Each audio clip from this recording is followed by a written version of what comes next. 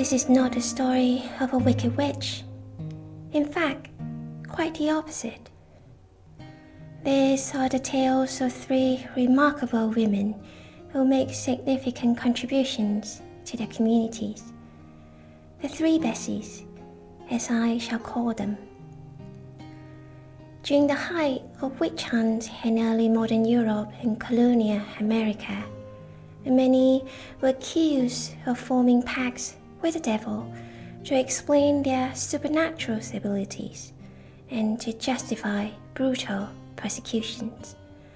In Scotland, however, despite the dominance of the Christian religion, the magical beliefs and fairies were still deeply rooted among the people. Many trial statements included the involvement of fairies, and Bessie Dunlop was one such case. The story began with an unusual visitor during childbirth, the Queen of Elphin. It is said that while Bessie was giving birth, the Queen of the Fairies appeared as a stout and comely woman and asked for a drink, an untimely request, but Bessie fulfilled it despite the pain. The Queen then commanded someone to serve Bessie as a reward. Not long after the labour, Bessie took a walk between her house and Moncastle Yard. Feeling fragile as she had recently borne a child, with a heart full of sorrow, she wept bitterly for her dead cow, her ailing husband Andrew, and their child. A grey-bearded elderly man greeted her, one of respectful manner, dressed in old-fashioned grey clothes, a black bonnet on his head, and a white wand in his hand. He introduced himself as Thomas Reed, a former Baron officer to John Blair of Dalry, who had died at the Battle of Pinkie on September the 10th, 1547. He has since been living with the fairies in the Elfland. Upon hearing Bessie's troubles, Thomas told her that her child and 2 sheep would not survive, but her husband would make a full recovery. He then disappeared through a hole in the garden wall that was much too narrow for any living person to pass through. They met again at the Thorn of Dunstannet, where Thomas boldly offered Bessie worldly assets if she were to denounce her Christian faith, which she refused, and saying that she would rather be torn at horses' heels. He parted with her in some displeasure. It didn't take long before Thomas returned to Bessie again. He made a house call at noon when she was with her husband and 3 tailors, who were oblivious to the presence of the spirits. He introduced Bessie to a group of 12, 8 women and 4 men, described as a good wight of the fairy court. They came to invite her to join them in Elfland, where she would be well looked after and free from the worries of the mortal realm. Unwilling to leave her husband and children behind, Bessie turned them down. Thomas continued to bring out the subject of going to Elfland, but Bessie's firm refusal did not stop his frequent visits. Over the periods of 4 years, he acted as a mentor, teaching her valuable knowledge from healing people and livestock to recovering lost items. Thomas will hand her specific herbs, mix remedies, and offer consultations. Her reputation grew far and wide, and people across the social spectrum came to seek her advice. She never once used her fame to gain riches, even when helping the gentry such as Lady Johnston. All she asked for in return was a pickled meal and some cheese. Was Thomas Reid really once sent by the Queen of Elfland, a former Baron officer who died some 30 years ago, as he claimed?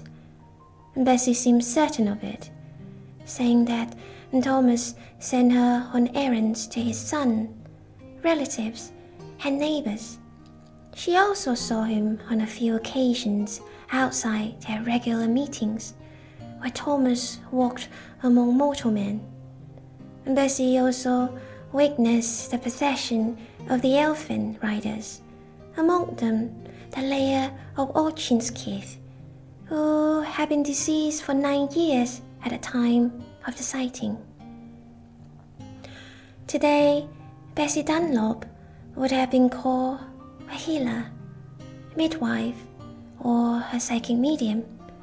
She never caused harm, nor was accused by anyone for performing evil deeds. But in an age when witchcraft hysteria was at its peak, Bessie fell victim, like many others, simply for providing service to her community. She was arrested, and despite hideous, relentless tortures, Bessie stood firm to her story.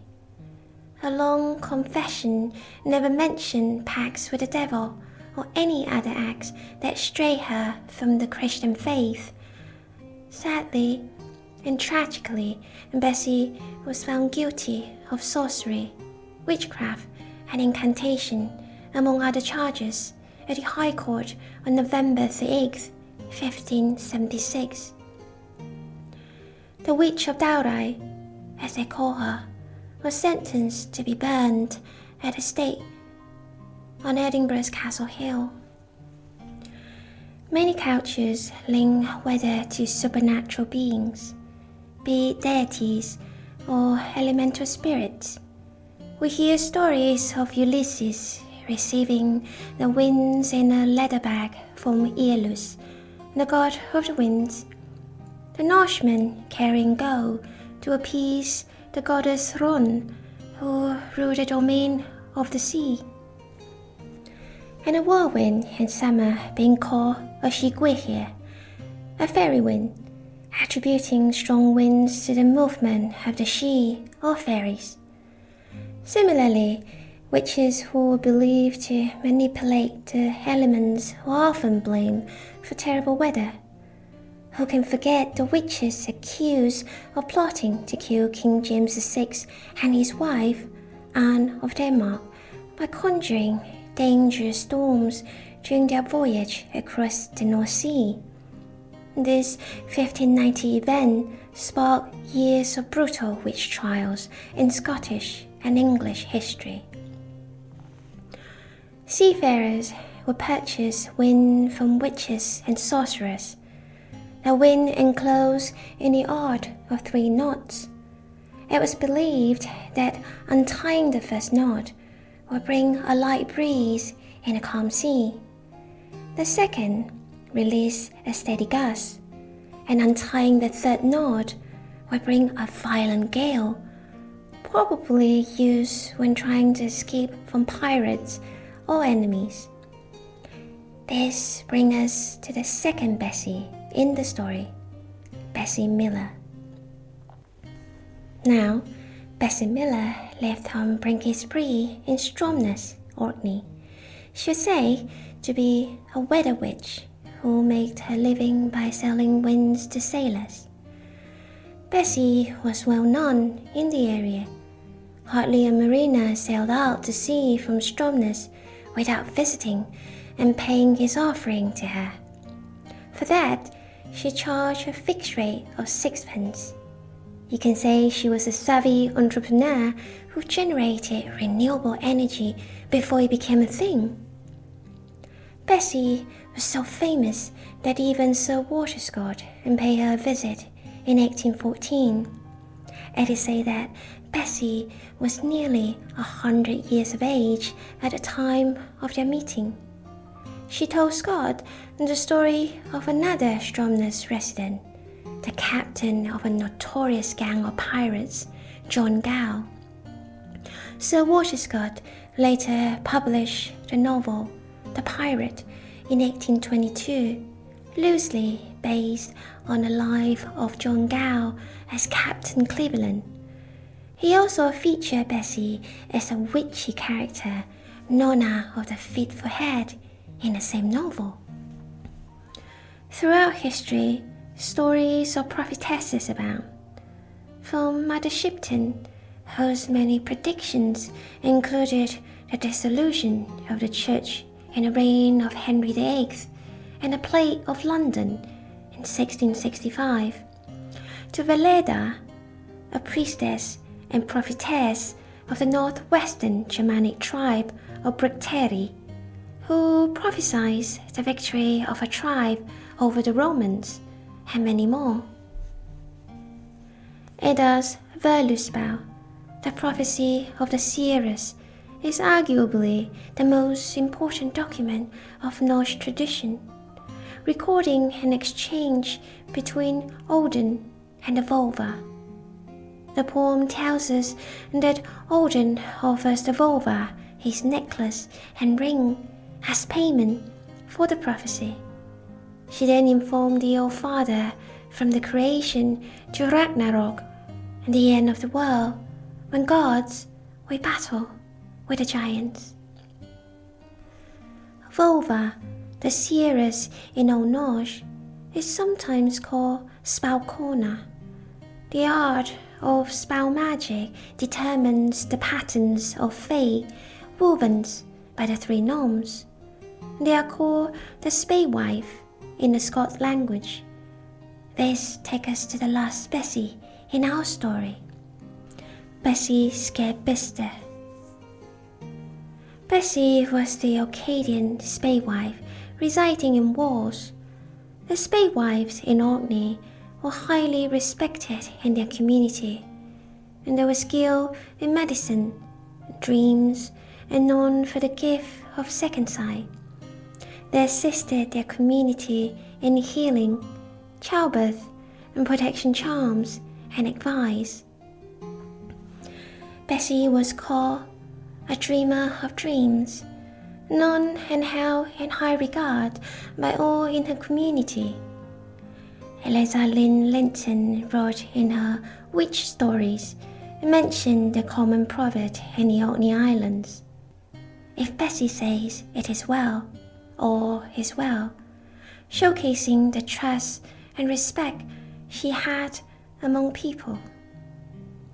Being an island nation, the Orcadians and the ocean are naturally intertwined, and fishing boats were out regularly.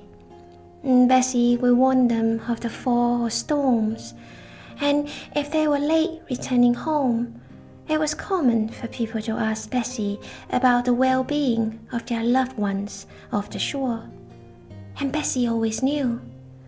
If she said they'll be home safe, they would then certainly be. In the age before the internet, Bessie's skill was indeed appreciated by many who eagerly awaited news of their friends off the island. Along with other spadewife services she provided for the community, you would think none would ever have ill intent towards her. Sadly, just like Bessie Dunlop, Bessie Skerbiste fell victim to witchcraft and magic paranoia at the time. Accusations that would be deemed hideously outrageous in today's age were placed upon her. Sailor Jim Sanderson said Bessie would torment him in both sleep and waking hours. He accused her of riding him on air to Norway, Shetland, and the South with bridle in his mouth. Margaret Moody claimed Bessie removed her headscarf and shook her hair loose at her. She accused Bessie of causing her illness with the action. Bessie Skerbiste was charged with practicing witchcraft, sentenced to be strangled and then burned in 1633. Both Bessie Dunlop and Bessie Skerbiste were two out of some 4,000 people across Scotland accused of being witches between the 16th to 18th century. The Witchcraft Act was finally abolished in 1736 in Scotland. To many, a tinted part in history of the distant past. But have we come out better from the lesson learned? Do we, as a society, now reject the fear and paranoia inflicted upon us? The stories of the three Bessies are worth remembering, not only as a reminder of the brutality and vulnerability of certain groups of people in society, but also as a testament to the enduring power of beliefs and unseen forces that can shape one's destiny. Do you believe in magic?